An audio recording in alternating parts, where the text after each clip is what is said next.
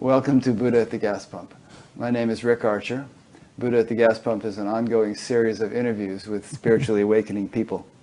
I've conducted over 430 of these by now, and if this is new to you and you'd like to check out the previous ones, just go to batgap.com and look under the past, the past interviews menu, where you'll see all the previous ones organized in several different ways. This show consumes most of our time, Irene's and mine, and it wouldn't be possible to do this without the support of appreciative listeners and viewers. So we really appreciate those who have been supporting it, and if you feel inclined to do so, there's a donate button on every page of the website, batgap.com. My guest today is my friend Joy Sharp. I interviewed Joy, about 6-7 years ago, and we felt it was sort of time for a repeat. Joy lives in Ridgway, Colorado, and I've been seeing Joy for nearly 20 years at events, AMA events, Mata Amritanandamai, and didn't really know her at first, but then we've gotten to know each other all over the years, and so even since the interview we've been having meals together and taking walks together and all, and I think we have a nice rapport, and I have great respect for Joy, and I think that people are going to enjoy this interview. I'm going to read a brief bio over here just to give you a sense of her background in case you didn't see the first interview with her, which I actually encourage you to watch if you like this one, because there was a lot of good stuff in there. Joy was aware of the unseen magic of presence at a very early age. She remembers being more drawn to this mystery than anything else.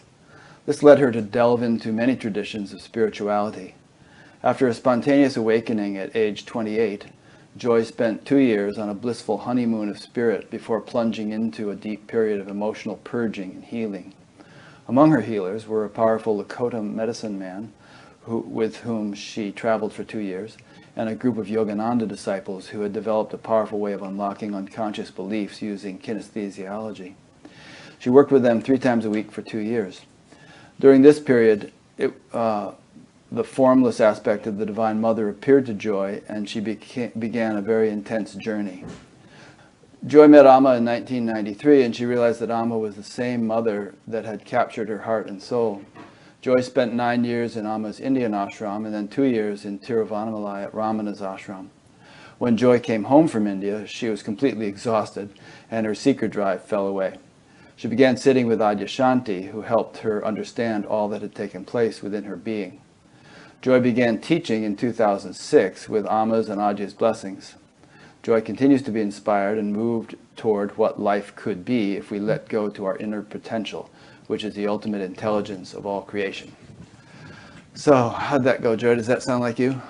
Yeah, that was really well done. Good. Thank Well, you. you wrote it. Yeah. I just read it. That's right. And you also wrote a book, which I've been reading, which is very well written and has a lot of good stuff in it. And I have about 4 pages of notes here that I've excerpted from that book that we use as kind of main points to talk about. And I think there are 2 things that I probably end up talking about a lot with you today that don't get talked about a lot in these interviews or in the spiritual traditions in general these days, the spiritual community. One is devotion, and another is the nervous system. And I think both are very important. Devotion, because I think it's the blossoming of that is a natural stage in people's evolution, and sometimes non-duality comes across as rather dry, and in fact sometimes people in the non-dual community criticize devotion as being dualistic. And secondly, the nervous system, because it's my understanding and experience that the nervous system is the instrument through which we live any of this. I mean, if we didn't have a nervous system, a brain, and the whole physical structure, also its subtle components, so there's a subtle aspect to the nervous system, this would not be a living reality. And so it's an important consideration, factors, and something that perhaps ought to be better understood. Yeah. And this is part of, interestingly enough, it's what Amma, my devotion to her, the gift that she gave me was to really start to explore that nervous system and what the being, what the body is experiencing through its devotion. And Yeah. it's a real amazing dance that the being starts to experience through being able to open to what it's devoted to. And so they're very much tied into one another, the devotion aspect and the being, which includes the nervous system, the brain, the mind, and all these very, very fascinating functions that occur there. There's a lot going on there that we can really start to explore within our own being. So how do you want to start, Rick? Do you want to start just talking about the devotional aspect first? Doesn't matter. Whatever comes to mind. I think this interview will be kind of a combination between me kind of jogging your memory or your thought process with little points I've written down, and Okay. and whatever we spontaneously talk about as we go along. Okay. So we can do both. And and as I always say to my guests, if you have something in mind, then I'm not, and the point's not coming up, or I'm not asking the question, just come out with it. It's just like we would in a normal conversation. Yeah, beautiful. Yeah.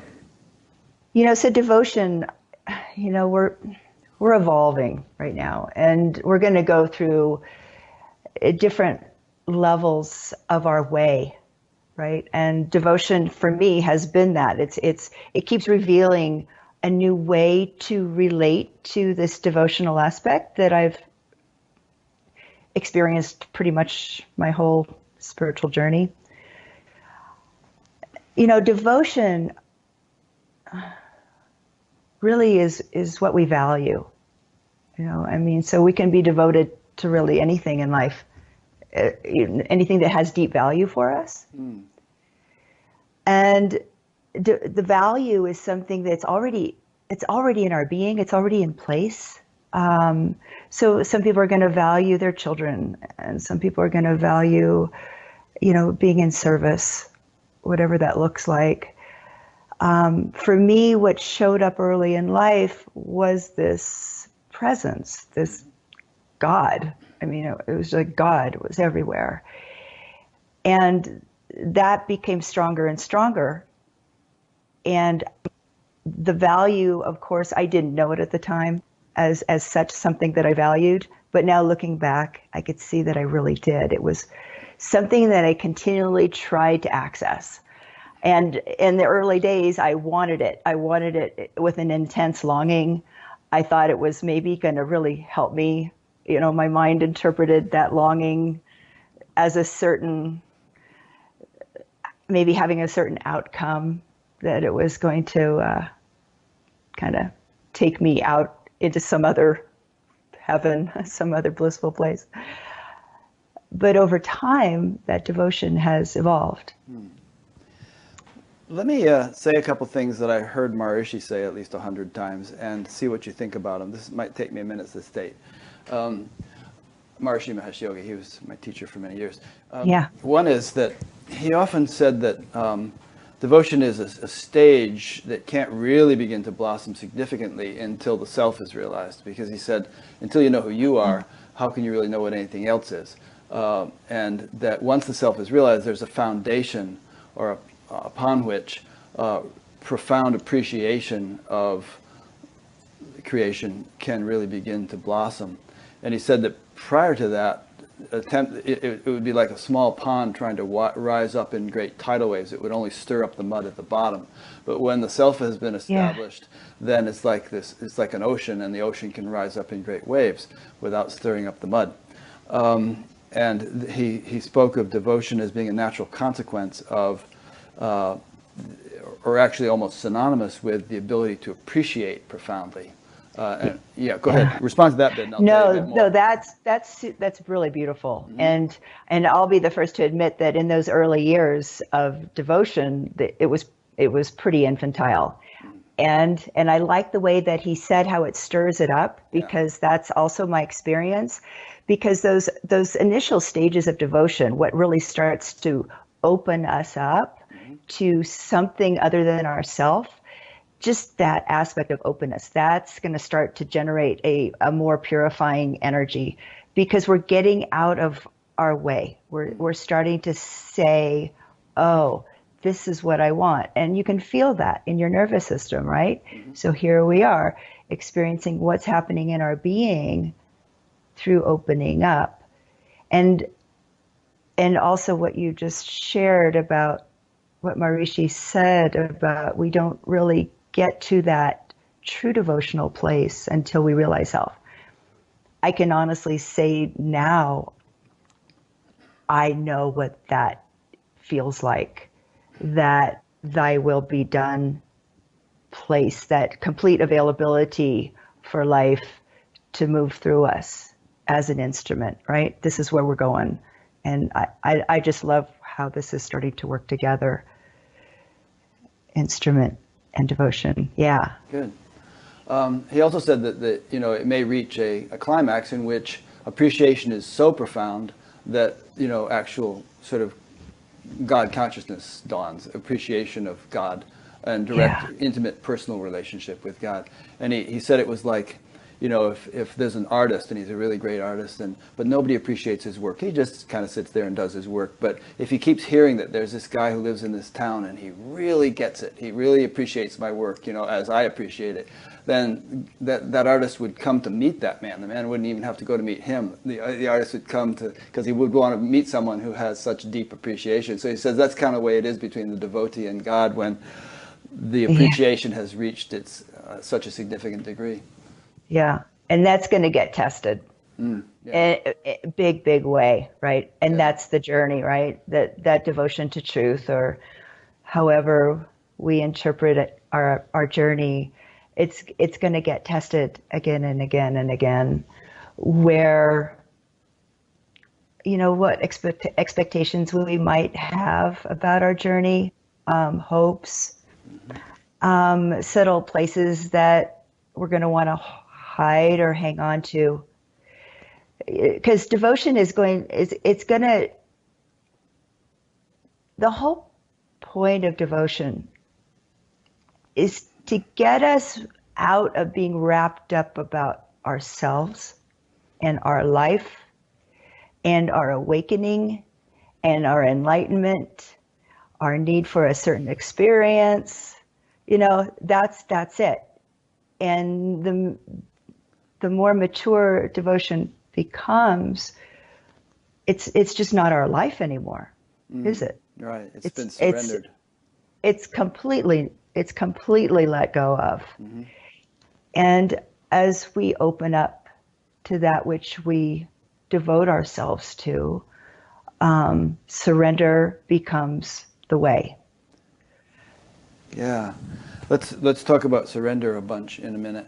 Okay. I just want to make one final point before it slips my mind and have you respond to that. And that is that finally, he said that there may come a stage in which the God consciousness phase is shifting into unity.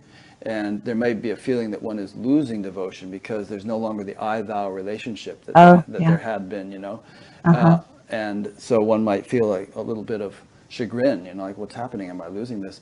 But he often quoted Shankara as having said, the intellect imagines duality for the sake of devotion. And Shankara and Ramana and Papaji and Nisargadatta and all of them were great bhaktas, in addition to being great jnanis.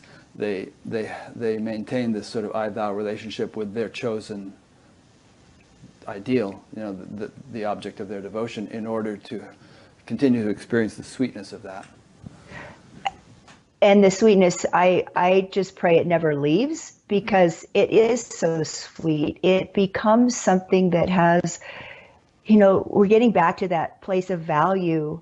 That value touches our soul. It touches the depths of our being, and it invokes a sense of beauty. And I mean, just, to be able to offer oneself completely. There's this abandonment, right, of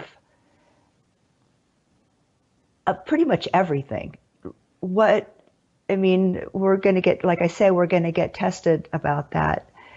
And so all these great sages, great realized beings, they didn't want to let go of that. It was because it's so valuable. It's so sweet. It's like a precious gift that God has given, right? I mean, when you really know it in your soul, to be able to let go that deeply, you realize how precious it is.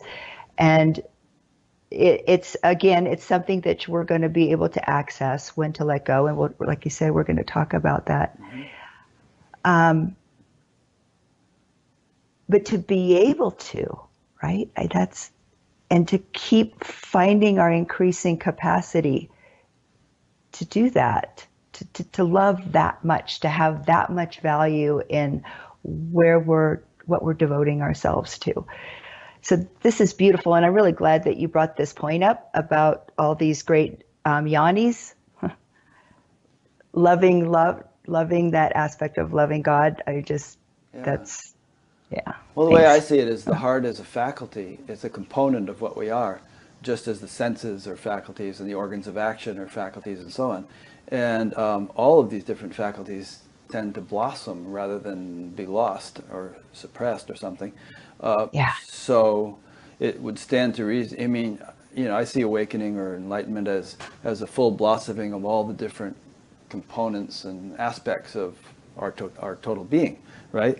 And so it would stand to reason that, it seems to me that if there's some awakening which is devoid of devotion, which is dry, and not a lot of heart, then it's a transitionary stage. It's not the final thing. Right. And we have to be really careful. I mean, look at it. Are we doing this for me? Do I want this path for me? Mm-hmm. Do I want this awakening experience for me? Or do I, that's really where we get to see, because that's probably where it's going to start to dry up. Yeah. And that's another good point. It's a whole nother subject about why is our journey stalling or becoming stagnant or becoming dry. There can be a few factors in there. But if we're looking at for myself, it's a great place to come from, to start on the journey. But when we start to realize that this is what we're trying to see through, that keep seeing through these subtle little places, subtle little agendas, that's what's going to keep this invigorated, inspired. And that's one of the most important things. And devotion allows our being to be continually inspired.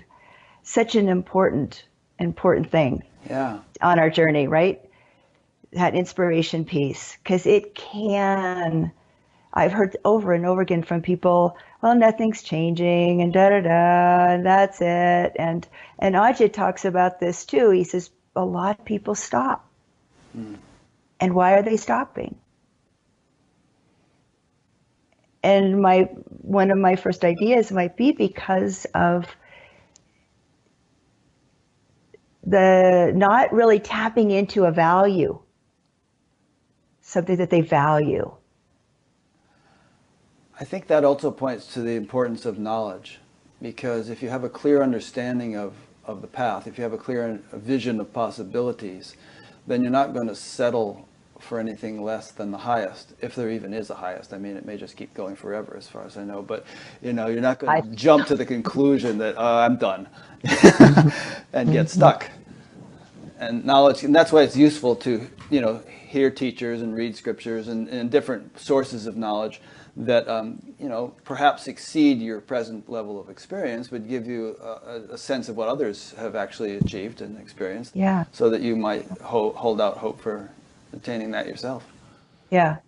And inspiration, we have these examples like Amma, and Amma is probably the most inspiring expression on the planet, as she shows us what we're capable of, right? That's it. And to be able to kind of sense into our being, oftentimes I'll ask people, I'll say, do you sense that you're capable of more than you're experiencing? And 100% of the time people will say yes. I always sense I'm capable of more than what I'm experiencing. Yeah. And, and so that's coming from a deeper intelligence, right? That's coming from a real true place. And so we have to learn, I think as a teacher, A teacher's job is to be able to allow the student to find something within themselves that's going to keep them going, right? To keep saying, right? And one of Aj's best quotes is questioning what we think we know. And because we're our own best way of really seeing if we're getting in the way of our journey, right? A teacher can say it, but a student has to be able to see it for themselves. And so a teacher's responsibility really is to question that, to give the student an opportunity to see for themselves how they're kind of maybe sabotaging their way a little bit, not necessarily sabotaging, but slowing it down, or even choosing to stop it. Yeah. So. You may have noticed in Skype, my little tagline is, whatever you think, it's more than that. Yeah. It's from the Incredible String Band. Mine's similar. Mine says, go beyond yourself. Yeah. And you'll find yourself. Yeah. Yeah. And I just wanted to wrap up a point you made a minute ago before we move on too far.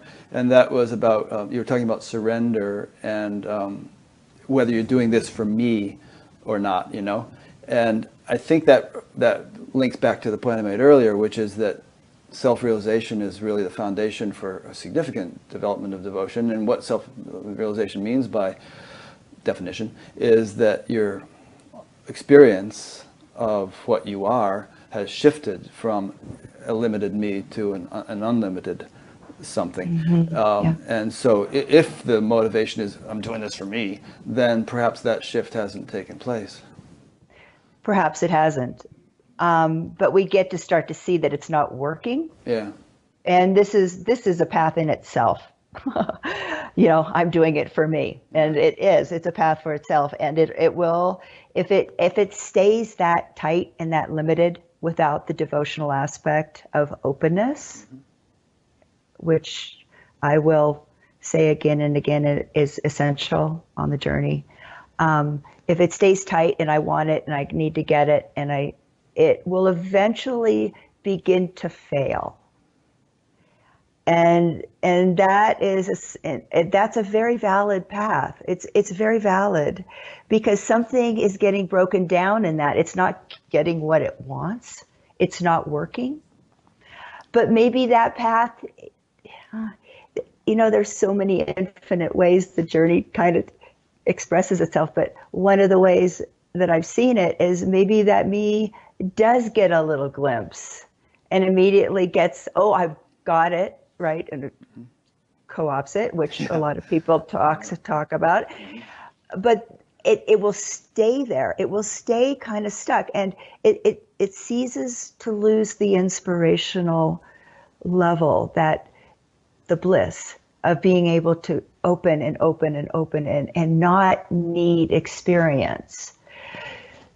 So, me wanting awakening is a valid path. It's okay. Yeah. And it's often very premature to say to people, just give up the search, because they haven't really. I mean, that'll happen in its own sweet time, but it's not something you just do, abruptly. Right.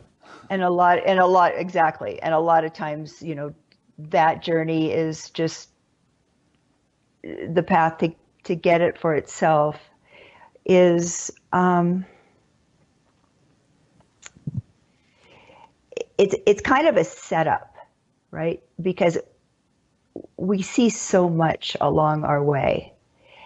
And as consciousness starts to become more aware of it, of the self, the small self, the ego structure, what it wants, what it needs, it will, if it's set up that way, it will be able to start to see, oh, I have been wanting this for myself. And that alone can be a very, very deep, significant shift of consciousness. So who's to say that that's not valid, right? Go ahead. You're saying something more? Well, and just the reasons why somebody's going to want it for itself. I mean, there's a lot of reasons why people start on the spiritual path.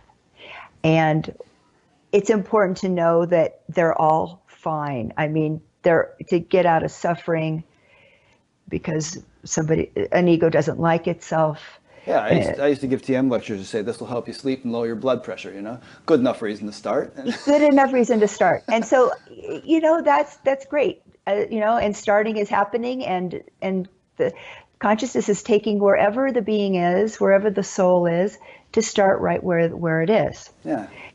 And that's beautiful. That's perfect. It shouldn't be any other way than that. Okay. Yeah, and then So one thing leads to the next, like you were saying, and there are stages and shifts and tests, and I mean it's just this ongoing journey.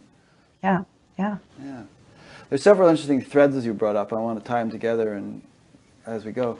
One is the test thing that I just said. Okay, what were the other ones? There's the surrender thing, and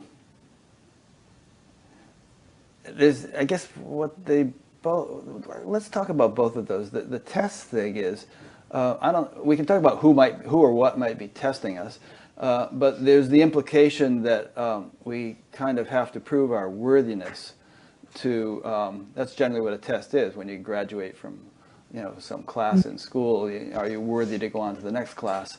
And so, I mean, what would be the ramifications of graduating without being worthy? That's a question. And is it even possible? I would say that one of the ramifications, I remember a book by Elizabeth H. called Initiation, and it was this memory she had. Did you ever read that? It's this memory she had of living in ancient Egypt. This whole thing unfolded to her. And she wanted to sort of move on faster than her teachers were advising, but she was so insistent upon it that they let her. And then she ended up having this fall, which took her a couple thousand years to recover from. And finally she was born as this woman in Switzerland and had this whole memory of the whole saga. But there's a reason why, traditionally, perhaps the highest teachings and the highest practices and this and that weren't just sort of given willy-nilly to anybody who came forward. There was a sense of gradation and giving people, not letting them bite off more than they could chew, kind of thing. What do you think about that? Yeah. I could say a lot. Yeah, say a lot. Go ahead. Okay. We've got all day. All right. We have a lot of teachings available right now. Mm-hmm. And the non-dual teaching that you are already that is a very enticing one. And when we have little shifts of consciousness that validate that teaching, it's very important. It's just, these little validations are essential.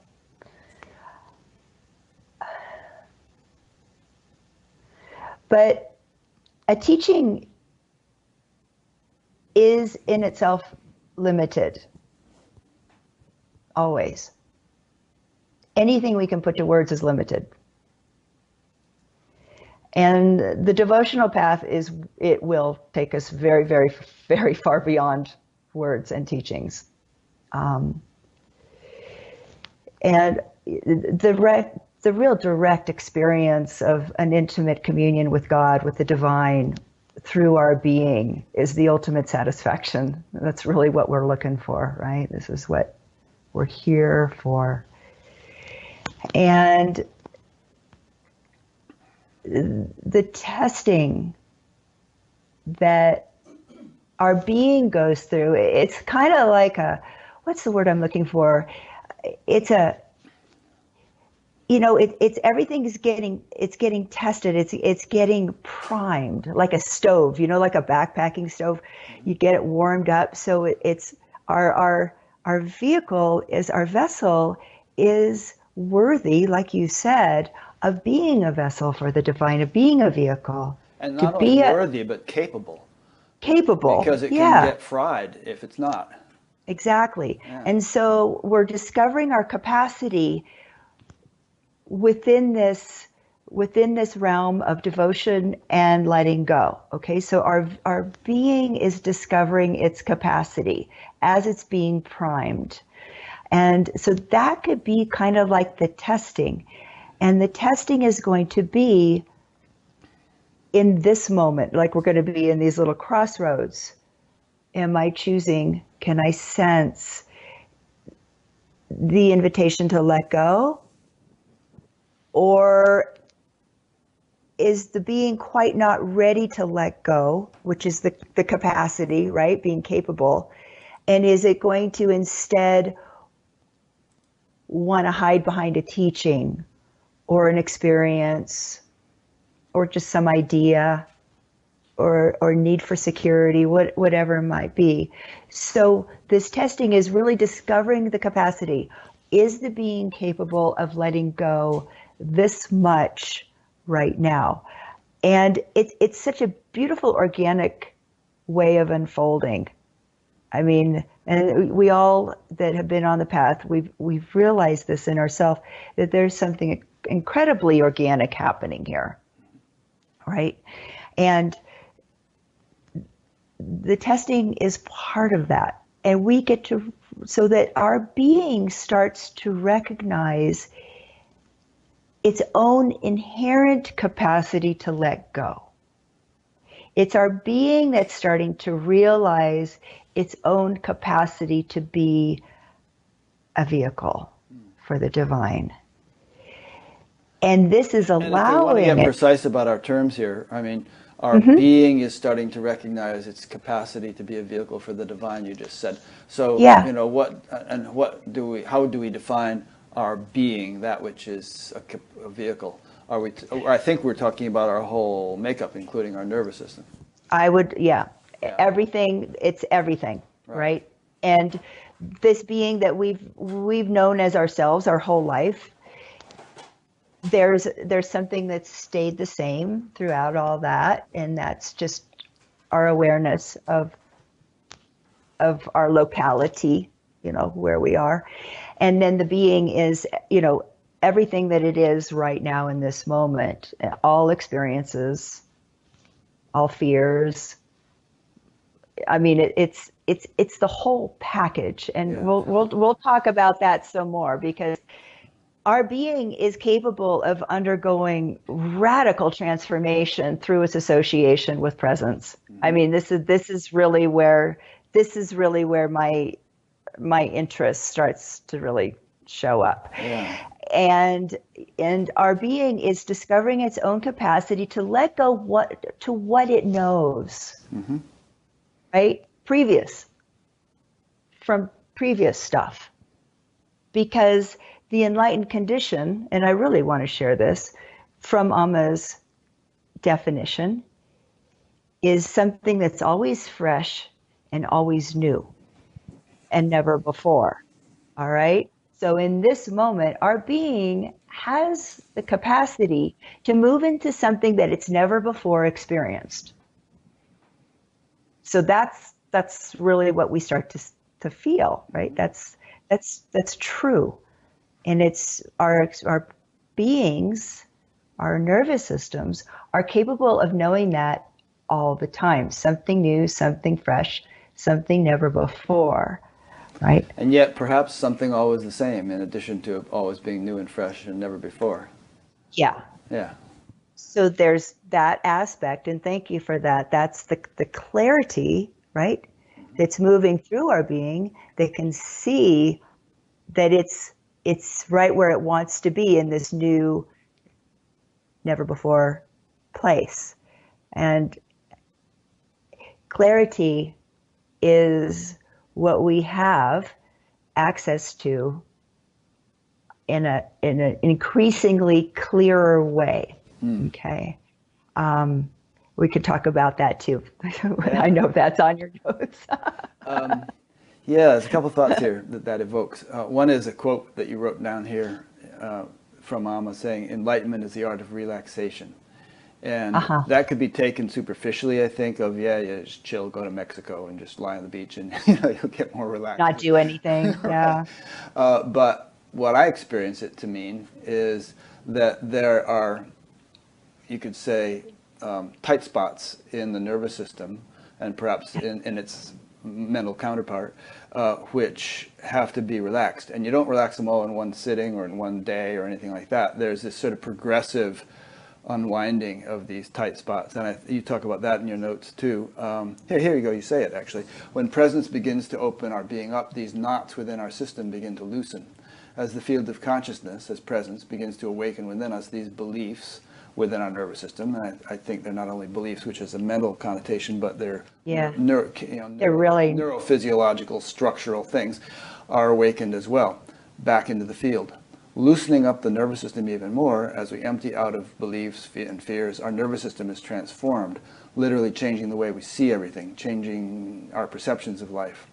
And of course, there's actually research on this stuff. Rick Hansen and others talk about neuroplasticity, and there have been all sorts of studies with EEG and fMRI and so on, showing that, you know, the brains of spiritual practitioners really transform over time, not overnight, but over years, to be completely different functioning entities than they were at the outset.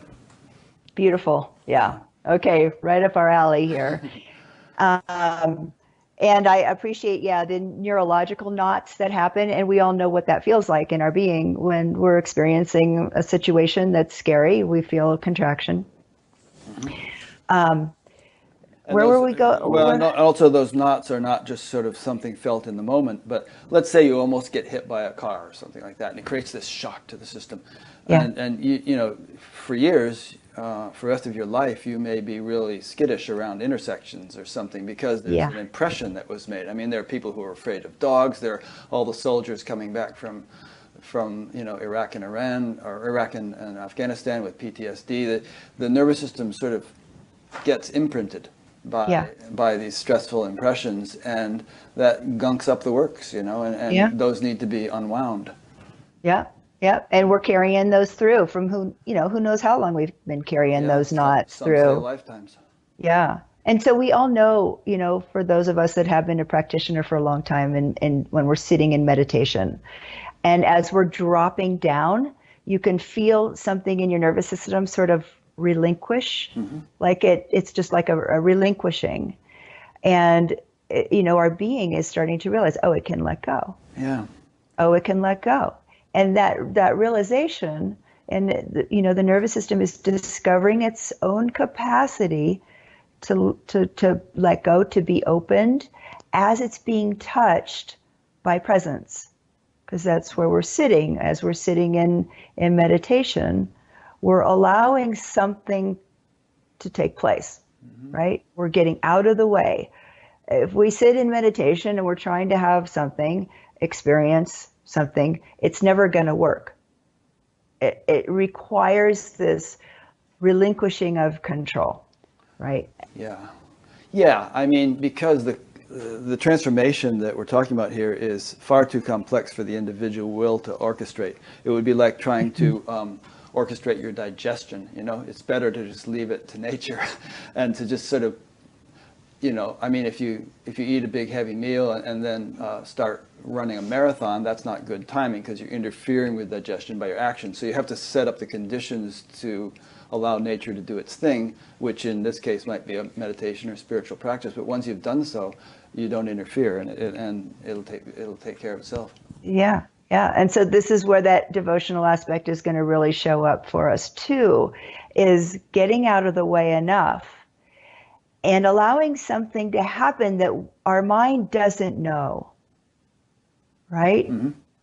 We can't understand on any kind of level of what's happening, but we can sense it through our being, and this beautiful, beautiful sensing organ that senses presence, that senses the divine.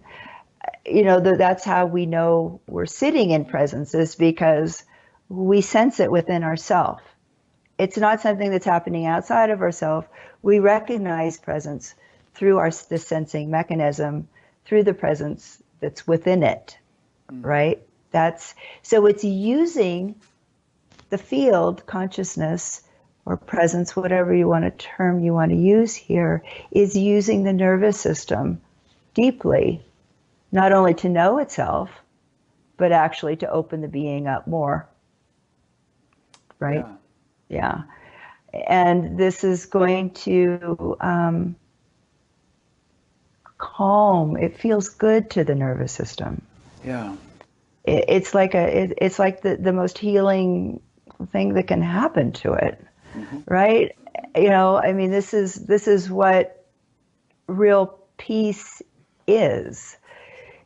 It's when our being knows that it's being completely molded and taken care of and transformed and shaped in a way that it can't understand yet, always before, or never before, always knew, right? And letting it come in a way that our being starts to recognize that this is what it's made for. This is why it can know presence. So just for this.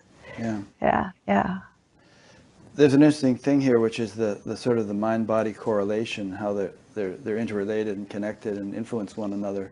And I've had experiences where I'm sitting in meditation and all of a sudden my body will just convulse. You know, if someone were watching me, they'd see me just sort of jump or something, and then there's this huge sort of relaxation and expansion that takes place.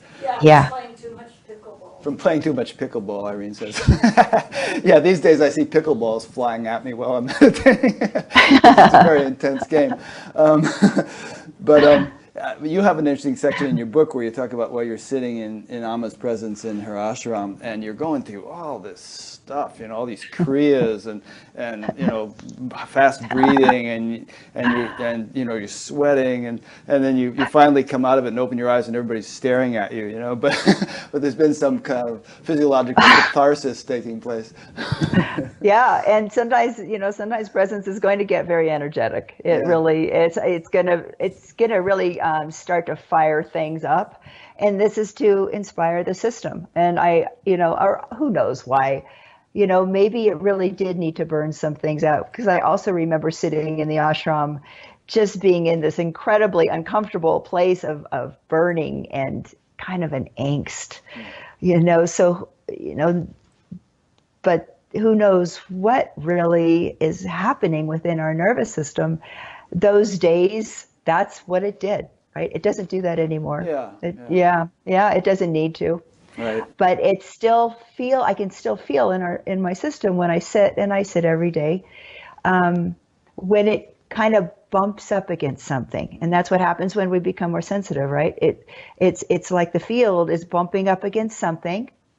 And it's almost like it's talking to the being, talking to the nervous system. Because this is this is divine intelligence. And it's not necessarily, especially when we're sitting in meditation, we're really not focusing on what the being is experiencing, although thoughts might show up in the form of situations and stories or whatever. But oftentimes we're just being, and we're allowing the field to come in and kind of have its way with us, right? And as it's bumping up against something, it's going to be more of a felt sense. And that's all it is. We don't even know what that felt sense needs to be about. It's not necessary. But this is really interesting. It almost starts to feel like presence is like tinkering. And I have felt it in my brain a lot. And I want to share something. I heard Ajit talk about this recently, just for the littlest minute. And it was almost like he didn't quite want to go there. But I caught it. And, we have this brain. Yeah. And it's not being used a lot. It's very, very small percentage of it is being utilized. And so can we allow presence to come in, the field to come in and start tinkering, right? Mm-hmm. Let it do what it wants. Sure. It knows how to work in there. And so this is something the being starts to recognize too. And it's like, okay, yeah, I'm on board. I'm in total cooperation with what's happening, whatever that might look like. Yeah. Well, yeah, I mean, we're talking, and we've alluded to this already, but we're talking about actual physiological transformation. And there's been research on this with fMRIs and stuff showing that, long-term meditators have rather different brains in terms of the way they function. And probably many people listening to this, you and I both have sat in meditation and felt stuff changing in the brain. Yeah. I mean, not that the brain has any sensory ability. They say that you can, in brain surgery, they don't have to anesthetize the brain because it doesn't feel the way your arm would. But you can feel stuff shifting and popping and moving and relaxing and, tingles of energy and all kinds of stuff going on in the physiology while you're going through Yeah. it. Yeah. Which is fun. It's And nice. yeah, because the deepest evolution is going to be through being, right? Mm-hmm. It is going to be through the embodied being, which is the field within the being, right? What's moving the being, because that is going to be able to know itself more Intimately? I like that word. Yeah. I like that word. Yeah, closer. Yeah. And because there's nothing going to be really in the way that it's having to work through. Yeah. And this has to kind of go along with this, what I talked about with clarity, the term clarity. I was just going to read this little section from your notes here. This is what clarity is looking for, so that all parts of our being can be integrated, made conscious. Honesty leading to clarity. Clarity is that dynamic aspect of presence, the aspect that sees and heals with grace. So clarity, yeah. I mean, we want this instrument to be a clear vessel for the expression and manifestation of the divine. We don't want it to be muddied up with and opaque, which is the opposite of clarity. Yeah. So I've been liking this term a lot lately. We can use terms like awareness or presence, but awareness is something that's just simply aware. I'm aware that I'm having this experience. Awareness can be aware of itself. Clarity kind of evokes more of an attribute of that which sees, which can really be activated, really be, what's the word I'm looking for? Accessed within our being, okay? And everybody has access to clarity, and everybody. I sit with people, and people are trying to convince me that they don't have it, but I can see that it's happening within them. And clarity is something that's able to recognize simply what's going on in the being. Would you agree that there are degrees of clarity, and it's something that gets cultured over time and becomes more and more clear? Absolutely. Yeah, okay. Absolutely. So clarity is something that's is also evolving, you could say, as it's being used, being utilized, being accessed, like using a muscle. And we've talked about this before, I think. But clarity has another component to it. Okay. And because clarity is that which has not only the capacity to see and to be aware, it also has the capacity to relinquish, to use the being, to know itself. It has capacities inherent within it. And one of its most important essential capacity is grace, what's called grace, right? And that's this capacity for transformation, for deep-seated change, okay? grace isn't something that like allows us necessarily just to awaken. Grace is also something that shifts what's not conscious within our being, as let's say we're bumping up against something that maybe is afraid for no reason, okay? And as we start to become curious about that place that we feel within our nervous system, because that's how we're going to know it's there, because we're going to feel it within our nervous system as a knot, right? Like we talked about. We're going to start out by being aware of it. And then if clarity is strong enough, and as it's getting stronger, we're going to be able to see it not only objectively, but without judgment, right? This is also something that's extremely important. And not dismiss it, not avoid it. Clarity does not dismiss or avoid, ever. Clarity is the field with the capacity inherent within it. Clarity also has the capacity to enter into that which it sees. Clarity. Okay? And it has also, because it doesn't see with judgment, it has this capacity within it to integrate, to bring home, to include that which doesn't know it's God. Those parts of our being. All right. Yeah. As you say this, as you talk about clarity, for some reason the guna model came to mind, you know, sattva, rajas, and tamas.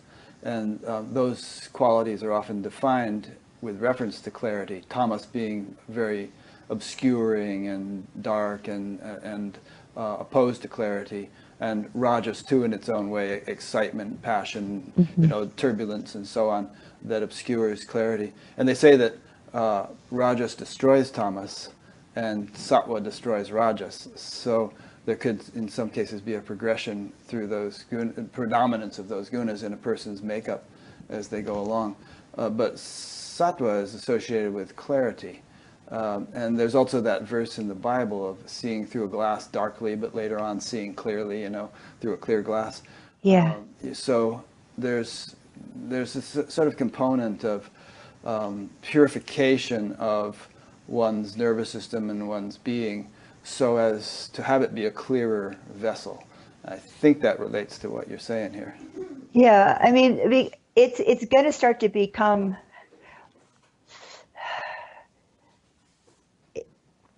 the clearer we're using clarity, right? I didn't say that right, but the more clarity is realized as self, right? We're going to start to be able to use it. We're going to, because we're now identified with what sees, right? We're going to start to realize our own capacity for clarity, okay? We're going to start to step into that. And this is when things get really kind of fun. This is when things get really interesting, right? Because when things arise within our being, within the nervous system, we're not going to be like, okay, I got to sit with this, I got to deal with this. We're going to want to see it with our clarity. Right then and there. Right then and there. Yeah. There's no like trying to work with it. And this is what we're discovering within our being, is how to use our clarity, right? And to be that. And not only just being able to see, but being able to go in and heal, integrate all parts of our being. And this can start to happen with increasingly more efficiency. It doesn't have to take all day or an hour. It can happen quite quickly. That's a really good point. Yeah. And this grace that's inherent within our clarity, it's that place that the mind doesn't really understand. It's that component of, I always kind of see it as something alchemical, right? But if we can imagine, the form and the formless, right? The formless being the clarity and the form being, our nervous system. All that formless wants to do is go into the form and inform it of what's true, right? And that's all it's doing. And it does it by touching it, by encountering it, by entering into it in this very, very kind, non-judging, compassionate, you could even say, way. Because those places within our being that don't know that they're God too, they're separate. That's not a very ideal way to live. It's not a very nice way to feel separate and not connected. But the minute that clarity goes in and starts to touch it, that integration process has already begun. It's already starting to bring those aspects of our being home. So that separation is just literally coming back into the sea, right? The salt doll into the sea. That's the feeling. It doesn't, it's not a thing. Those parts of our being that feel separate, it's not a thing. Like you said, it's these neurological knots. There are functions within the nervous system that have been necessary to protect themselves, to be somebody in the relative world, that have created. They have their counterparts, I think, in the subtle body. It's not just something Yes, you'd they find do. with an fMRI or under a microscope or something. We do have, I don't know if everybody buys this idea, but we do have subtle bodies as well as gross, and all of creation has a subtle realm, which is not material and which is actually inhabited by subtle beings. But anyway, we as human beings traverse the whole range from gross to subtle to transcendent. And clarity, as I think you're describing it, would want to continue to house clean on all those levels until there is no occlusion anymore. Right. And the subtle bodies, they're going to show up within the nervous system when they're time. Yeah. And this is how the being can recognize that that's there. And they're being purified even if we're not aware of them. Yeah. And it's not necessary that we know that we're purifying them all the time. That's why this openness is so essential continually on the path. It doesn't matter how realized or how integrated or whatever word you want to use. All those words start being really irrelevant, actually, when we're being shaped. This is what's happening now. But the openness aspect and the devotion to it is really kicking in now. For people or for everybody. This is where what I'm talking about on the journey can be experienced no matter where we are. Okay, working on the level of the nervous system. But the deeper we go, that devotional aspect is going to be tested deeper and deeper and deeper, right? Isn't it? It's going to be called forth until the being really knows that it doesn't want to hang out in my life anymore. It only wants to be a vehicle for the divine. It only wants to be shaped and made into that, to be worthy of service, whatever that might look like, by the way, yeah. On this note, I want to bring up a point that we're both sitting here with pictures of Amma behind us. And I know, and we both get to see them. Yeah, and there's a kind of a common sentiment these days in the spiritual community that the guru phase has ended. And Scott Killaby just posted a video about that. A lot of people say that, that's kind of an antiquated mode of teaching or something, and that it's no longer relevant, and so on. I think that some people who say this are trying to function as teachers, and that's what a guru is. So I'm not sure if there might be some inconsistency there. But what would you have to say to someone who presented you with that objection? Well, depends on the person and the situation. Everybody has their way, but here in the West, people have a kind of an idea that there's a very individualistic energy in the West, whereas you go to India and it's very tribal.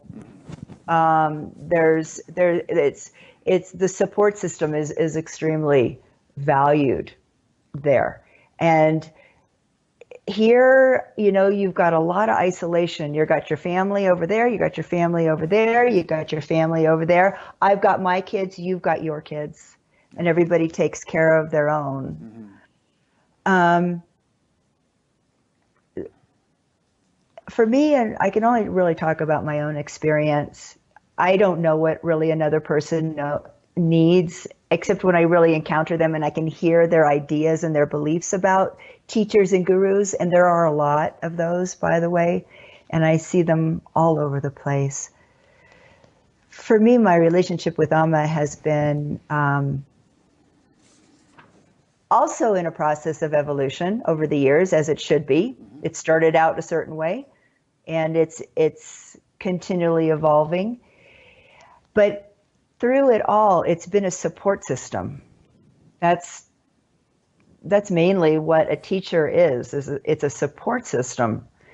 And a teacher isn't here to teach you anything or to tell you anything, like what to do and how to do it. And I think a lot of Westerners think in their minds that that's what a teacher does, is somebody that's here to tell you what to do and to teach you things. Where when I grew up with Amma, I didn't have any teachings. I had no teachings at all. And so when I was undergoing this process, I had no idea what was going on, but I had openness. That's the one thing that I had going on for me. And that was very valuable. And I mean, it wasn't until later that I really sat with Ajahn that my formal teaching period started, and that was so perfect. But getting back to kind of Amma's role in my journey is the support system, and also in the support system, which we need. It will change over time what a support system is going to look like. But the support system allows us to start to see and access our own clarity. This is what a teacher or a guru does. They're here so we can access our own clarity. They don't want us to be dependent upon them. That's what a real teacher does. If there's a teacher that isn't wanting to access your own clarity, that's not going to be very satisfying for you as a student, right? And Amma has continually kind of pushed me back into myself, almost like find out for yourself. She never gave me a teaching that I could hide behind or hold on to or believe in. And even my early years when I just wanted to be with Amma and be included in the group that traveled with her. I mean, we go through this. I wanted, my being the separate self wanted to kind of have a place to land in Amma. But Amma never gave me a place to land.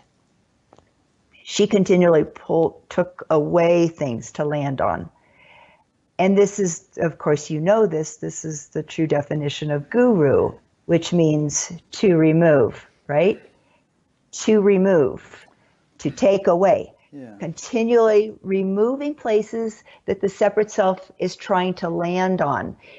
It comes from two Sanskrit roots that mean darkness and light.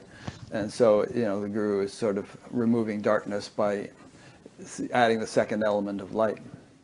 Okay, good to know. Well, my experience was she just kept taking away. That's all I knew. Well, that too. But in and this is interesting because by taking away, right, we access our own light. Yeah. It's like It's taking all filters off of light that's keeping the room dark because there's stuff there in the way. yeah. Yeah. Yeah. So we're almost being forced into it, and the dependency, it's not there. Yeah. And and I went to Amma many years ago, and I asked her about my attachment to her form, because at one point I was very attached to her. I always wanted to be with her, but yet I wanted truth more, and so I went to her and I asked her about it, and she said, it's a vehicle, it's a support system. The form is nothing but that. It gives you some sort of anchor, while really, literally, the rest of your world is being taken away, which is not an easy process to undergo, right? But you have something supporting you in that. But it's not something that the ego can hold on to. It's something that the being can hold on to. Right? Yeah. Does that make sense? Yeah, it does. Yeah. And that's a big, broad conversation. Maybe you have some more questions about that, about the role of teachers and why so many people are kind of. Well, one thing is that, there have been so many weird stories about things happening with teachers, and we get feedback from time to time about, people we've interviewed, this, that, or the other person who is doing things that we find troubling. And, so some people have kind of given the whole field a bad name. And I think that's part of the reason why some people are saying, let's get rid of that whole model. It's not working, Right. And I can only say to those people that I would look and see where that's coming from. I mean, where we're going is into the autonomous condition, right? That we're completely self-reliant. But yet, I also know she's going to be with me for as long as I acknowledge that she's here, and it's still a support system. It's still a means of inspiration, because she's saying, you can do this too. You can be a very capable being. Let me just jump in there. I think any guru worth her salt or his salt is they don't want dependency. Maybe there's a stage at which it's useful to sort of, for the kitten to be with the mother and whatever. Yeah, this is a good metaphor, actually. Have you ever raised cats and you see there's a certain stage at which the mother is very protective of the kittens and close with the kittens. Yeah. And then they reach a certain age and the mother starts hissing at them. And it's like shocking to see, because you love these little kittens and you love the cat. But the mother's saying, nope, time to be on your own. And, so ultimately, no guru worth their salt wants to have dependence around them eternally. There's got to be a shift to self-sufficiency. Yeah. And because what's true in us, which is the clarity, doesn't want dependency. Clarity only wants more clarity. And that's also it also means taking place in the students, right? And people often say that I feel like kind of like a tuning fork when I work with them, that field that I'm sharing with the student or with the friend, it's setting itself up. It's like it's kind of resonating with what we're speaking about. And that's what I feel when I'm with Amma, is that field that we're sharing is like talking communicating with each other. And that's the same when I work with people. That's what I feel is happening, is that the field is working with itself, within the student, within the teacher. And it doesn't necessarily mean what we're talking about, but it's the clarity through which that student is being able to start to access for themselves. And that is what gives me satisfaction. Yeah. That's what's happening for them. Dependence, no, that's not going to work here, ever. Well, the tuning fork metaphor is a good one, because you know how you can strike a tuning fork and then bring another one near it, and that second tuning fork will start to resonate because of the resonance of the first one. Yeah. And this whole thing of transmission, from a teacher, my understanding and experience is that it's not that some energy is being sort of sent like a ball of light from point A to point B, but that there's a sort of an attunement of the fields. Of the field, so that your frequency and the frequency of the teacher, your frequency begins to align more closely with the frequency of the teacher. And just one final point and one more metaphor is, I've heard Amma use the example of a brightly burning log, and if you put another log near it that's not burning, that log will start to burn. So I don't know, those are all good metaphors, but it has nothing to, none of those examples have anything to do with dependency or telling people how to live their lives or anything like that. It's really just a matter of, affinity and resonance and, getting onto a better wavelength by virtue of proximity to someone who is on a good one. Yeah. And if if you really want the truth, your level of discernment is going to, you're going to need to start using it for sure. And you're going to start recognizing people that inspire you. And you're going to want to hang around with people that inspire you. And you're going to recognize when something's off. Yeah, and you're going to recognize when something's off. And I've noticed that there's a lot of very clear people out there. And they're not necessarily teachers, but the level of integrity is very obvious. And those are the beings that are being called forth. It doesn't, and if people are wearing the hat of a teacher, but they don't have that level of integrity, and that ego structure still needs a place to land, and being a teacher is a really great one, right? An ego structure that has found the teaching place to land is not likely to give that one up, because it's a really good one. You mean if it's an ego-motivated assumption of that role, as you're saying? Yeah. And then it goes to their heads, and things get really weird, and it becomes extremely protected and needed to be maintained. Yeah. Whereas a real teacher, and I even told you I struggle with that term. I don't see myself as a teacher, because I don't teach necessarily. I talk, and it looks like I'm kind of teaching, but it's the field that I'm feeling, and I can feel when a student is open and when they're not. Sure. And when a student is open, it feels like clarity kind of pouring itself into another. It just there's an ease of access, you might say. Yeah. And if it's not closed, there's not any ease. Yeah, Maharishi had a good analogy for this. He said that a true teacher is like a reservoir.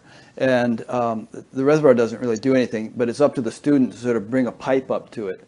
And according to the circumference of the pipe will be the force of the flow of water. If it's a really big pipe, a lot of water can flow, but it's really up to the student to bring up an adequate pipe. Right.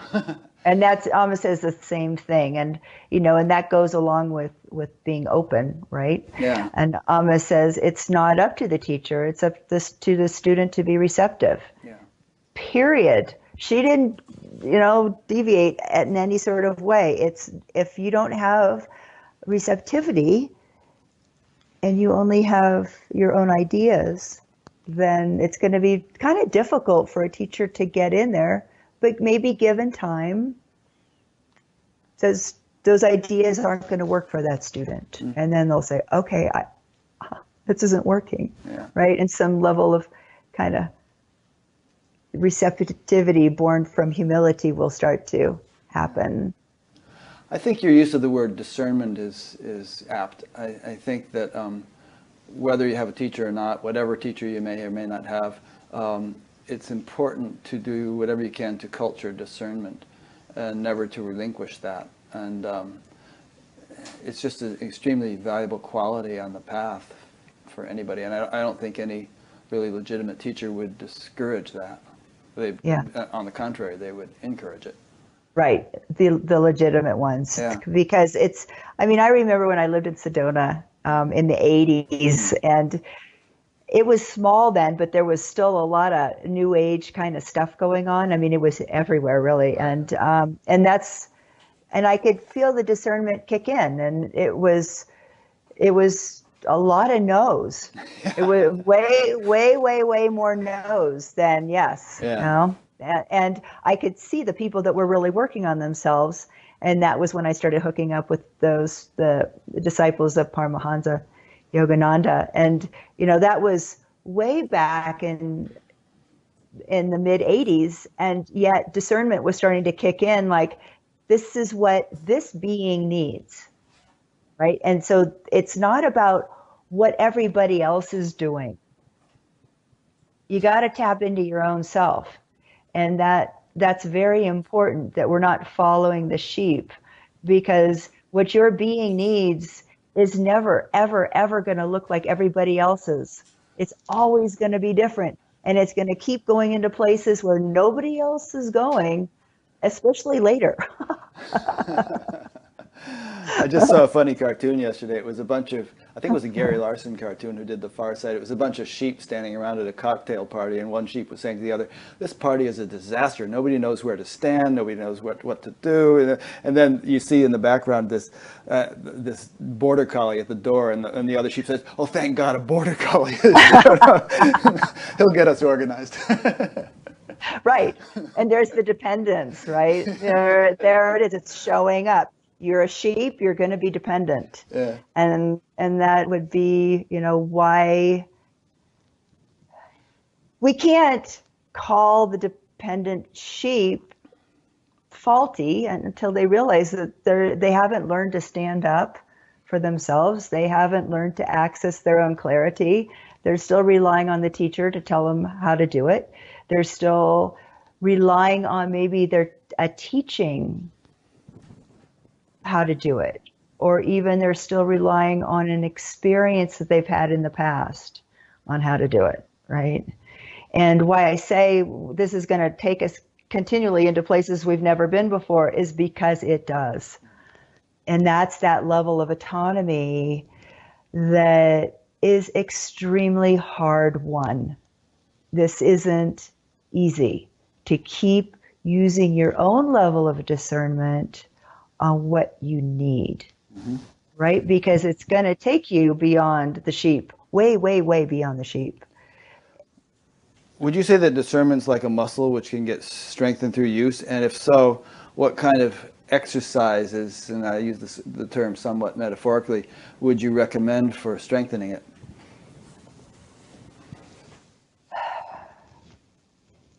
Well, hopefully we're being able to access that in the beginning of our journey, rather than like after we've maybe got kind of stuck into kind of a sheep mentality, or being brainwashed by teachings, which this is really important. People get brainwashed by teachings, and they're not using discernment. And the separate self will try to find places to land. Okay? And discernment is something that is on a level of intuition, which is a different place than what the separate self is operating from. Okay, so we want to access that deeper knowing. That's what we're here to do. And that deeper knowing is what we need right now versus what we think we need or what we want to need, what's going to give us a place of security and feeling safe.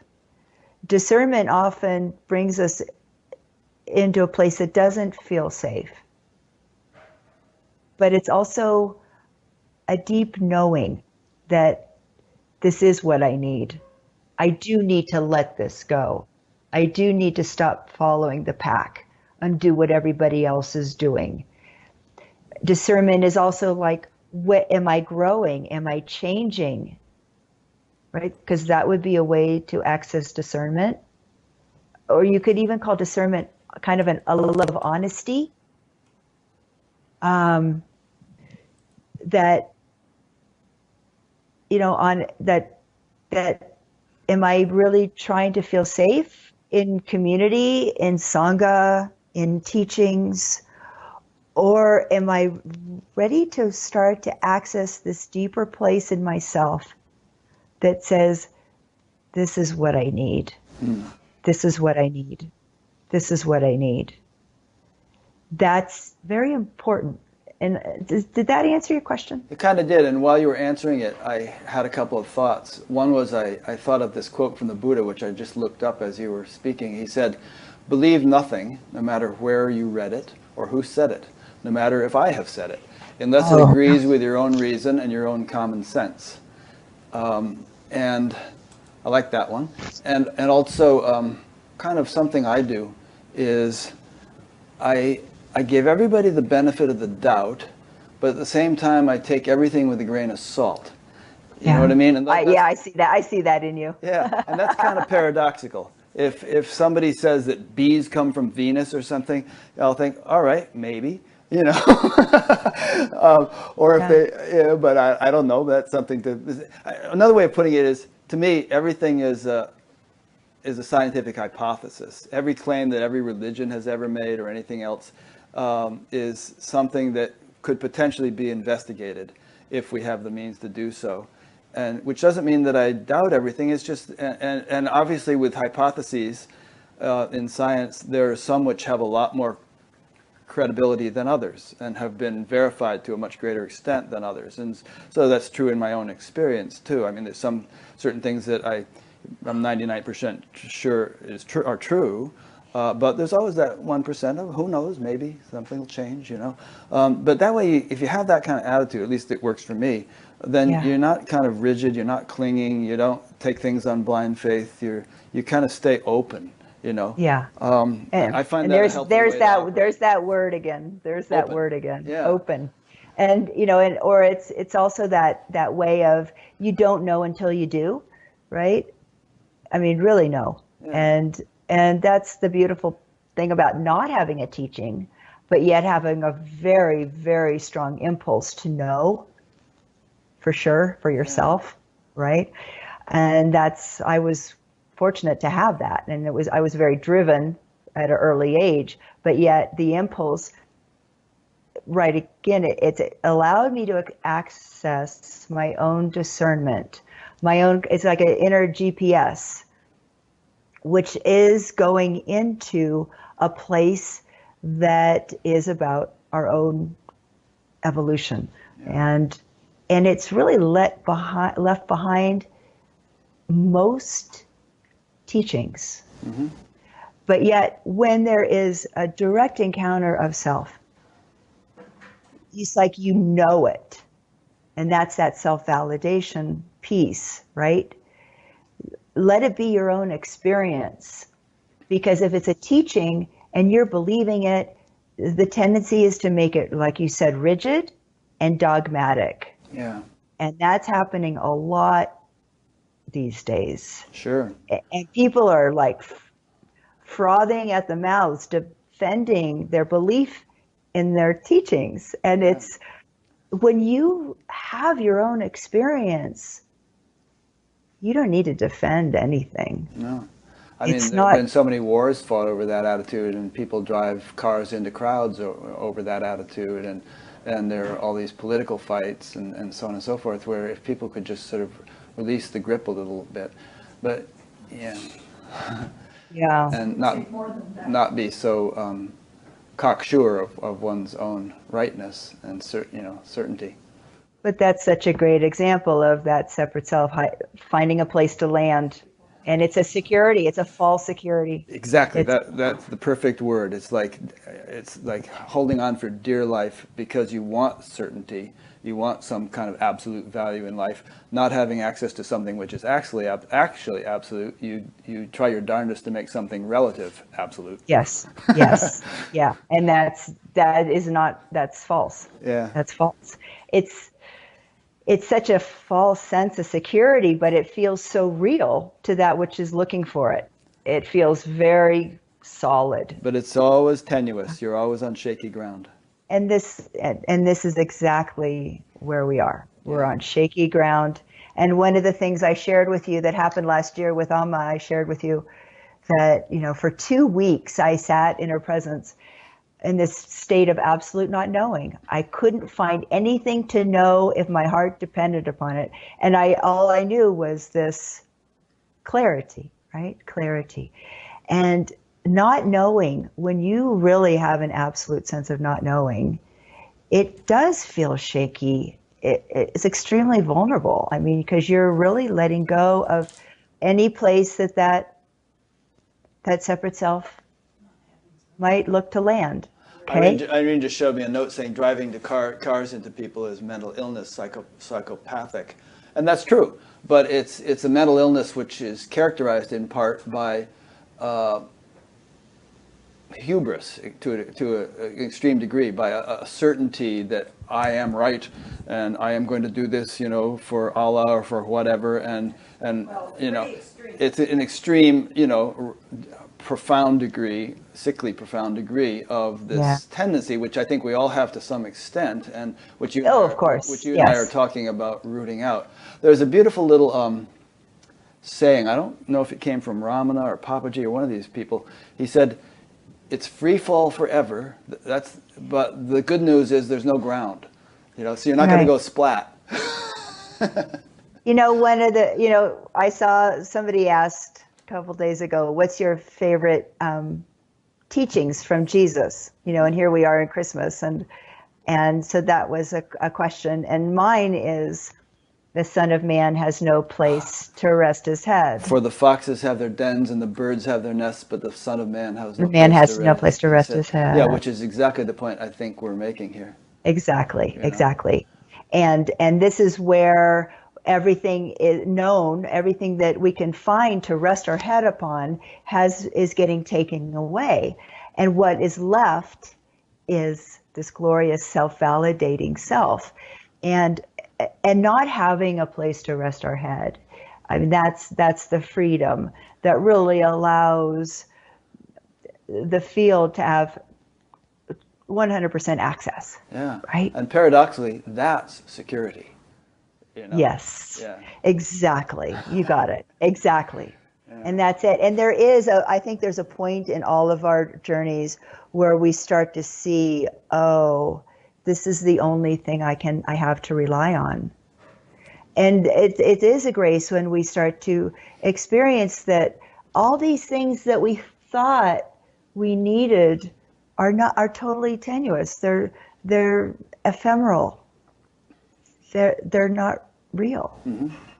They'll leave. They'll go away at some point. Yeah. Yeah. A couple of questions came in. It might cause us to shift gears. Let's see what they are. This is from a fellow named David in Grass Valley, California. He asks, do you feel, in relation to clarity and form, that there is a third term of reference, a field within which the two interact, clarity and form? Or are there just clarity and form? Well, I think the form has, like what we were talking about, those subtle beings, those subtle levels, subtle realms of being, mm-hmm. Which is form, okay? Because form is anything that's created. So form would be emotion and thought and feeling, and then the very, very gross levels of our blood and our bone and our whatever, okay? The formless is that which encounters, right? That's what's happening is clarity is getting to encounter form on all those different levels, right? But we must also sense that both the form and the formless are the same field. And you can feel that within your being, that aliveness within your body. You know that Buddhist saying, form is emptiness, emptiness is form? Yes. Yeah. Yeah. So this is what we're talking about. Yeah. So clarity doesn't see form as something that's not part of the same field. Okay? Right. Clarity is what is seeing from field.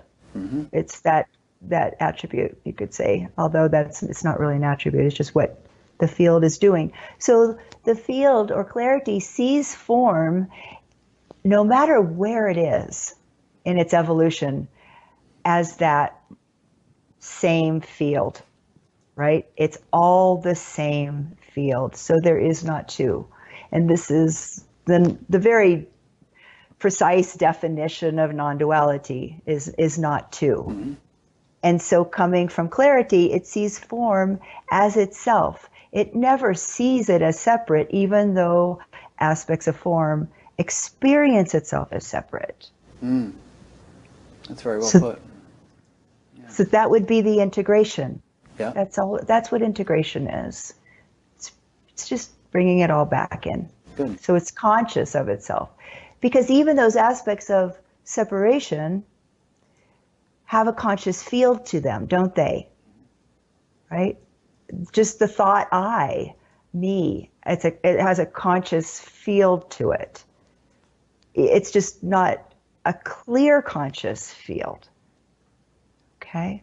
So that integration is bringing that sameness all throughout its being. Thanks for the question, David. Sure. And in case anybody's wondering how David submitted that question, there's on batgap.com under upcoming interviews, there's a question form at the bottom of that page, and if you submit a question there during an interview, we will probably ask it to the guest. And so if you want to do that now, anybody else, you're welcome to. And here's another question. This is from another Dave, but this one happens to be in Halifax, Nova Scotia. Dave is asking, what is your growing edge in the unfolding as a yogi and as a teacher? My growing edge? Yeah, I guess. Can I? Go ahead. What are you going to say? Can I ask for a little clarification what a growing edge is? Yeah. Well, it might take him a while to get back to us with the clarification, but I'll try to clarify because I think I know what he means. And this is a question that I often ask people usually towards the end of interviews. Okay. Is like where do you see it going from here? Usually there's some sense of a horizon in terms of where one's development seems to be moving, and maybe it's unpredictable to a great extent, but 50 years ago or nearly 50 years ago when I learned to meditate, I had some kind of concept of where I might be 50 years from now. Or even 5 years from now. I remember those back then. Yeah. I don't really have them anymore. But there is a sense. Yeah. And that's okay. So now I get what you mean now. I don't have ideas about past this moment. Mm-hmm. I have no idea. You're living in the now so much. Yeah. Well, and my being only knows to open up to this that's here. Right, yeah. That's all it can do. So it can't really formulate projections into where this might be going. And I'll be really honest with you. I don't feel comfortable limiting it in any way. Yeah.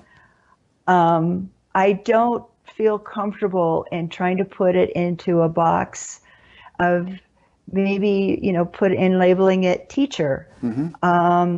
I don't feel comfortable putting it in a box and setting up a lot of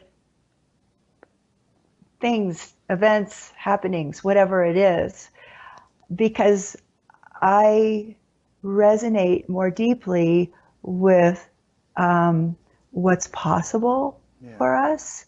This deep sense of potential that my being, my brain, my nervous system are activate.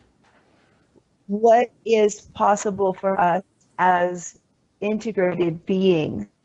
How can we move in this world, be of service? And that's all I know. There's an extremely strong longing that kind of really kicked in a couple of years ago. And that came from being is like, I just want to serve. Mm-hmm. And to that, I can only say I can only open to what's here. And this is deciding. And my mind can't come up with anything because all of that is limiting to my being. To put it in a box of any kind, I can't. Yeah. Well, I think to make it a little easier for you, I would suggest that although we can't predict specifics, this might happen, that might happen, I might be playing this precise role, we can perhaps say more general things such as, well, that I hope, or even like not certainties, but I hope to be to have greater capacity for love or greater wisdom or, greater clarity or, things like that, which kind of lets God off the hook in terms of any. And I think that's kind of a given. Yeah. That's what That's been the trend so far. God willing, it will continue to be the trend. That kind of thing. Yeah, and that's a good question. But I might not look so kind and loving. Yeah. In authentic being, right? I don't know. I remember when I first lived with Alma, she didn't look so kind and loving all the time. Right. But but it has a feeling, the impulse that's happening within being that this is for peace. Mm-hmm. That this is, may all beings be happy. And I don't know what that looks like, but I can sense in my being that this is for the good of all. And I've had an awareness in my being for decades that and it was really beautiful. I was sitting in Tiruvannamalai in Ramana's meditation hall, having all these 3-4 hour long meditations. And somebody one day came up to me, and she was a sweet lady, and she said, "Just remember, these flowers aren't for you." And it was like an angel came, she just said that. And I might have said this to you before, but ever since then, this isn't for me. This is for the whole. Mm-hmm. This is for this field that knows how to perhaps bring about peace, right? My mind doesn't know, but there is a deep longing to be used for that, and deep healing, that it's time for humanity to experience great healing. A lot's getting exposed right now. Yeah. There's exposure happening on so many levels, right? Really, you can really feel it. That seems to be a theme of the times. Yeah.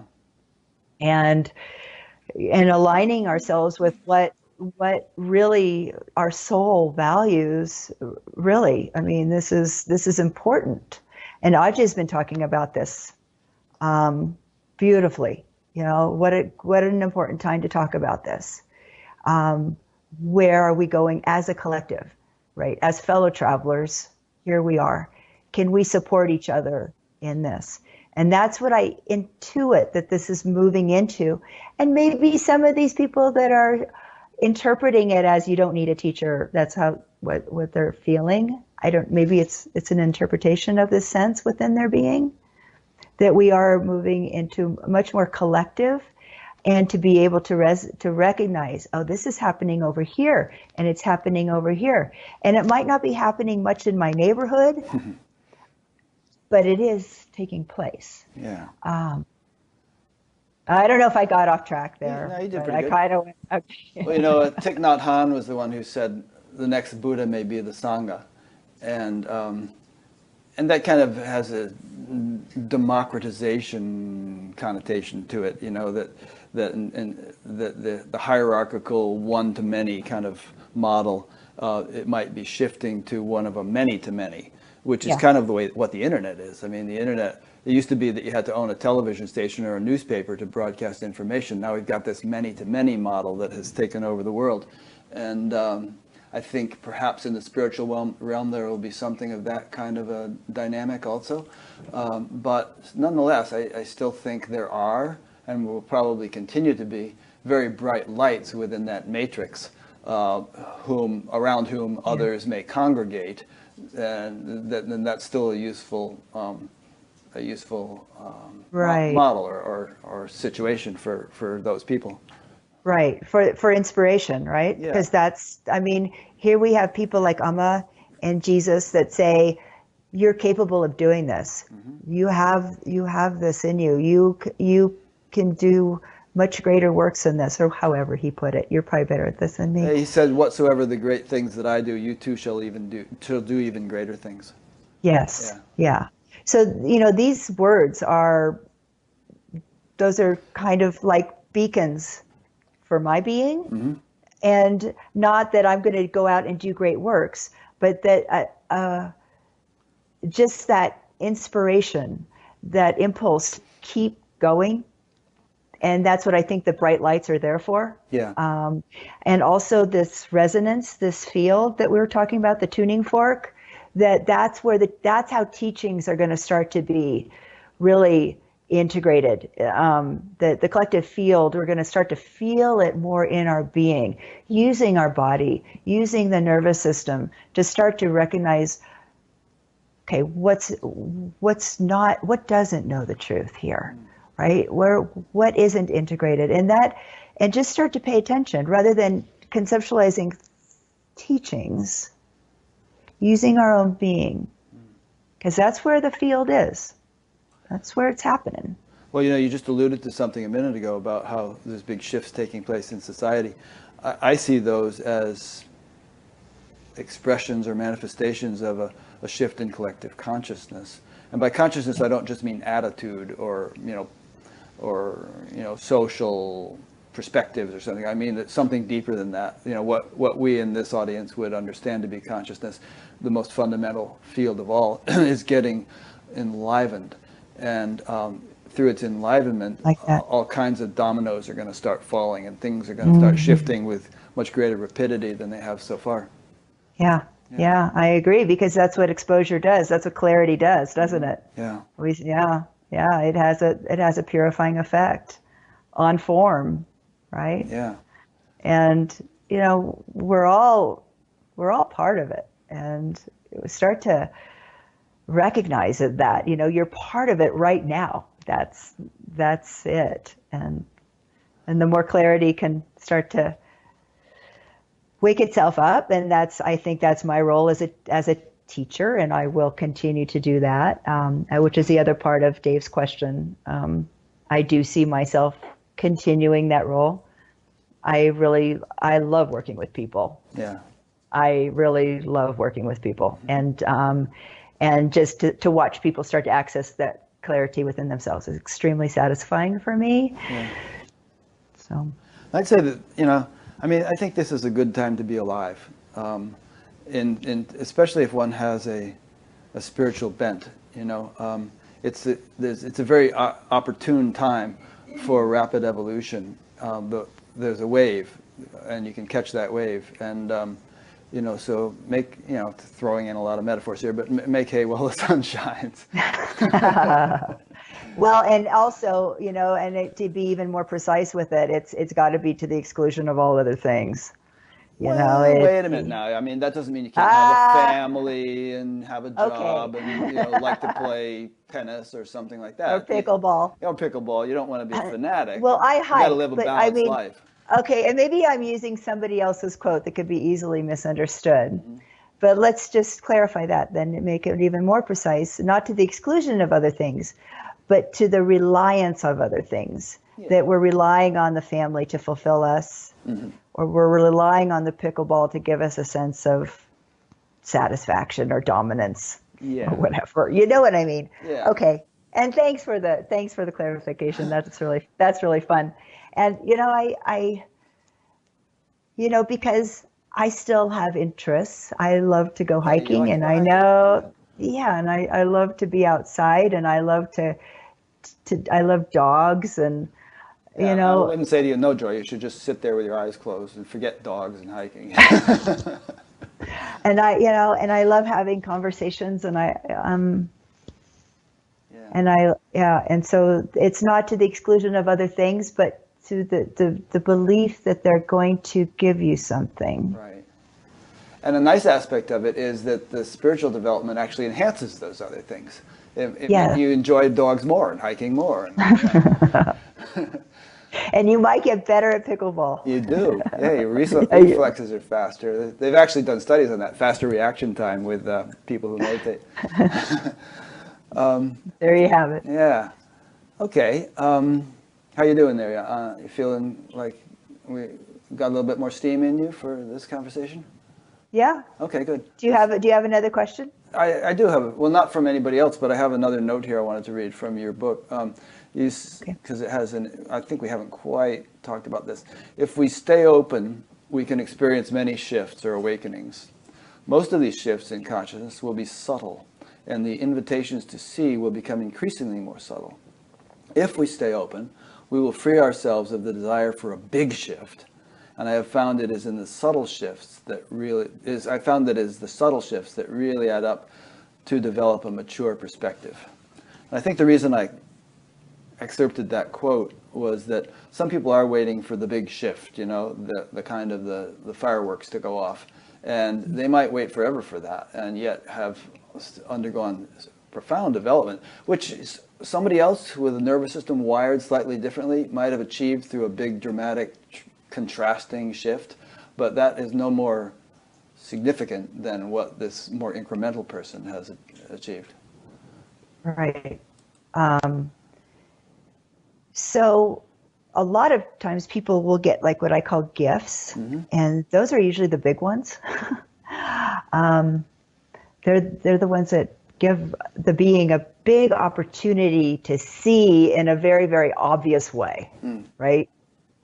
And it's good. It's almost essential for us to see in an obvious way the transparency of the illusion of what thinks it's separate. Okay, and that's all it is. It's just Sometimes something you that need that too. You need a big sort of knock over the head to say, obvious. hey. Yeah, and that's what happened for me. And when I was in my 20s, what has transpired since then are more ordinary things. It's not a big special thing at all. Fortunately for me, after the big one came a lot of, it opened the way for deeper work on the emotions and on the being. Yeah. Which was essential for me to continue on my journey. I had to do that, and we all probably do.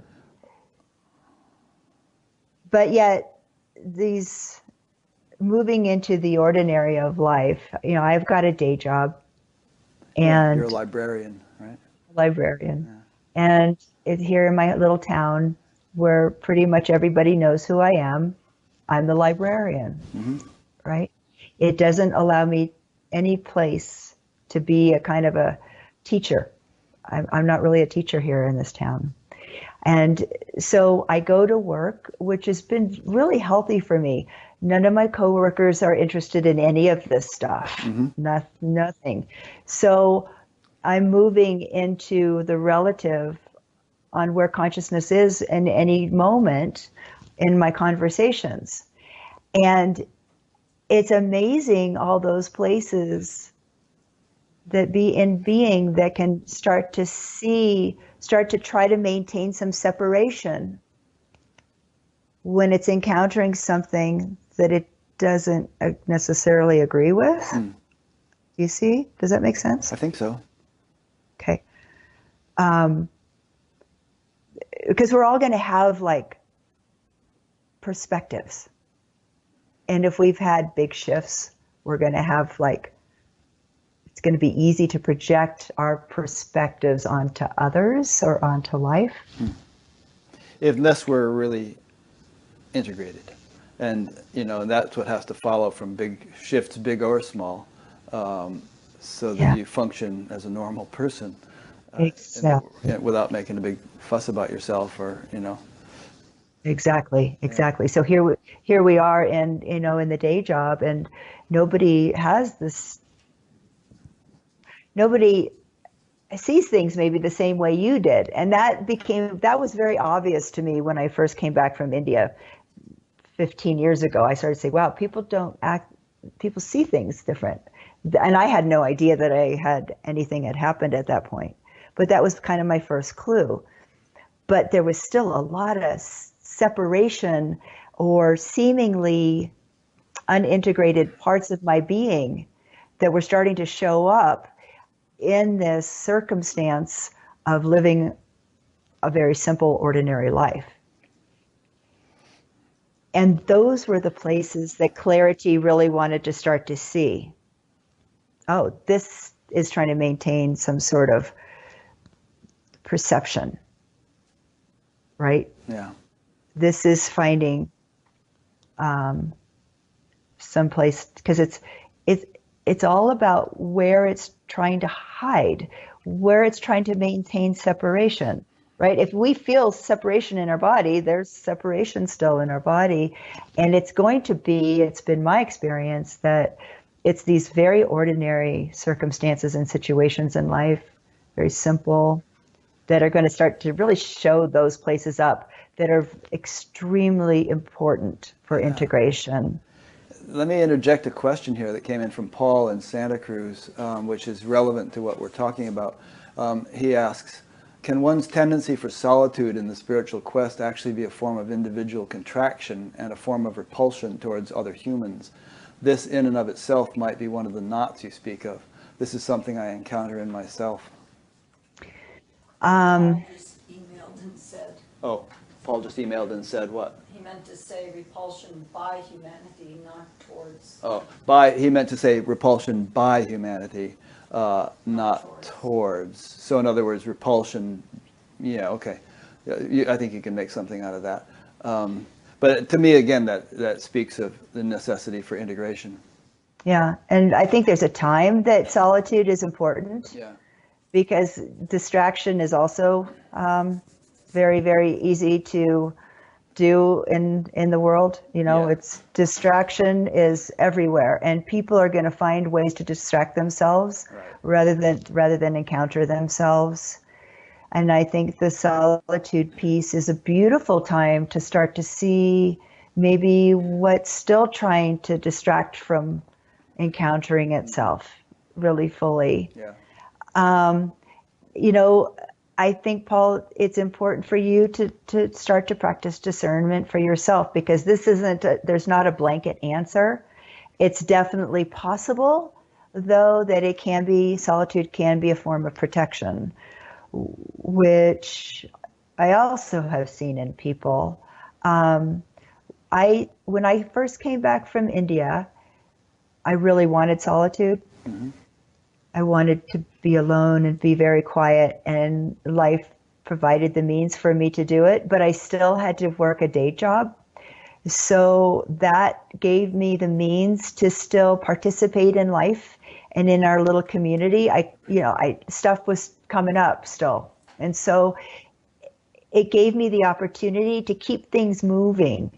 And then going home to my quiet life was a way to kind of still provide the nurturing and the nourishment to being that still needed. I needed that still. When I came back from India, my being was going through quite a bit of turmoil and trying to reorient itself into a new way of operating.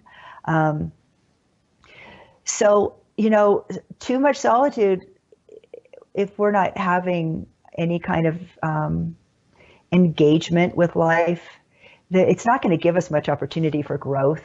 Mm-hmm. So I think it's a really important thing to find that balance, which for me at that time was living alone. And this lasted for quite a while, I think about 7 years. And then I was working that day job. And then it was really interesting. I started to notice another movement that felt like it wanted to become even more engaging in life. And so I moved to town. it started to feel a little too isolated. It wanted to engage more. I didn't need those periods of being alone and being integrated and being with myself, or maybe being with the stuff that came up during the day, right? So it doesn't quite need to, it doesn't need to remove itself anymore like it used to. Yeah, I mean, and yet you're not going out to discos until 3 in the morning or something. You know, there's just sort of a level of activity and engagement that's appropriate for you and your nervous system. I mean, I've been on like 6-month meditation retreats and stuff when if you just went into town to buy toothpaste, it was like, oh, Yeah. let me get back to my room. You know, this is too much. Yeah. Yeah. Yeah. And, you know, so you need to, there needs to be integration. Well, you said it, there's a time for retreat and silence and inwardness, and there's a time for integration of that, and that necessitates engagement in activity, engagement with other people, engagement with the world. Otherwise, you know, if it's this thing that we can only sustain when we're kind of sitting in our room, it's not really, it's not stabilized, and something's going to disrupt it. So, you know. Yeah, you know, it's amazing when you can sit in this room that's like the perfect temperature and the perfect lighting and there's no noise and still you're still not quite settled into your being. And this is important, just to use our discernment about, am I hiding? Am I using this desire to be alone as a means to feel safe? Because that's another way for people to feel safe and comfortable, because it's what we've known, it's what we can deal with. And moving back into life and in a very integrated way, it's simple and it's ordinary, and nobody's going to really recognize that you are. But there's something in your being that really is very satisfying, because it wants to move into form, right? Formless one, it wants to move into form. It wants to be in the mix. Yeah. Thanks for your question, though. Yeah, good one. Hopefully the answer was appropriate. I mean, valuable. And you know what you do, Joy, I think is a good prescription for possibly for, was it Paul, I think his name was, and for people in general, and many people I've spoken to. Nature is a very nice healing kind of thing to be in, and to hike in and swim in and so on. It's very grounding, very nourishing, and so if you're feeling kind of a little bit too inward or something, maybe some physical activity in the good out of doors would be just the prescription. Yeah. Movement. Yeah. I mean, get out there, and even getting out in the great out of doors, for some people that can be kind of scary. I've noticed that, some people aren't so comfortable just going out there, hike it on a trail by themselves. Yeah. Just tell people where you're going, Yeah. But it's important to get out of our comfort zone. It really is. You got to mix it up. And, for me, India was the big one. That was a big getting out of the comfort zone. Oh, yeah. And that, it was hard. It was hard on the nervous system. But it was also that kind of, what we have to do is start to become aware of familiar tendencies within our being. Those are the little wake-up calls. Yeah. Inside the familiar tendencies, what we tend to fall back into, right? Yeah. So I'm going to read one final little quote from your book that I think would be a nice note to end on. You can comment or not comment, however you feel, but I just thought this was sweet. You said, "Our world is a beautiful place. It is not something we should dismiss as being only a dream." Yeah, I'll comment on it, because, the experience of this that's moving through our being, we all know this. There's a deep desire to connect. And that's often coming from truth, that true essence within our being. it's looking for intimacy with itself. And it's going to find it. It has the capacity, the potential to find it everywhere. Mm-hmm.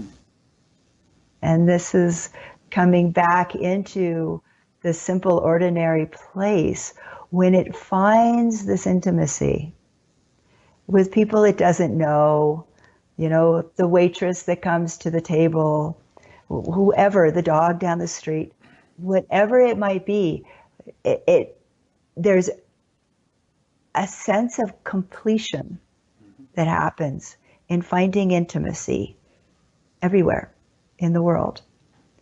And so this is our opportunity, right? This is it. So that was that invitation right there.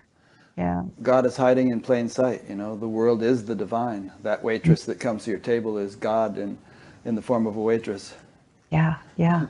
That dog, Yeah. that whatever. Yeah. Yeah. Beautiful. Well, thanks, Joy. This has been a marvelous couple of hours.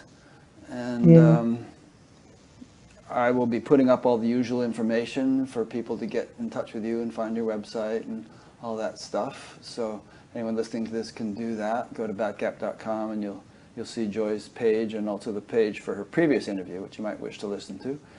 And I'll probably see you in June, hopefully, when Amma comes to Santa Fe. Hope so. Yeah. Yeah.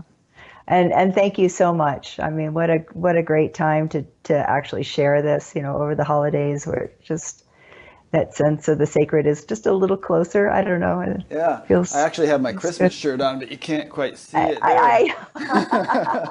Because I'm sitting down sort of low, but I remember to wear this today. Thanks for wearing your Christmas shirt, Rick. Yeah. So, and thanks to everybody that's joining us with the questions, and it was really, really fun. Thank you. I thank you all. And so just a final wrap-up point or two. This is an ongoing series of interviews, as you must know, and if you want to find out more, go to batgap.com, and in addition to Joy's interview, you'll see all the other ones, and you'll see a place to sign up for the email notification of new interviews, and a link to the audio podcast if you prefer that to video, and a bunch of other stuff. Just poke around on the site and you'll find what is there to offer, or what is there. So thanks, Joy. Thanks, Rick. All right. See you again. See you again. Happy holidays.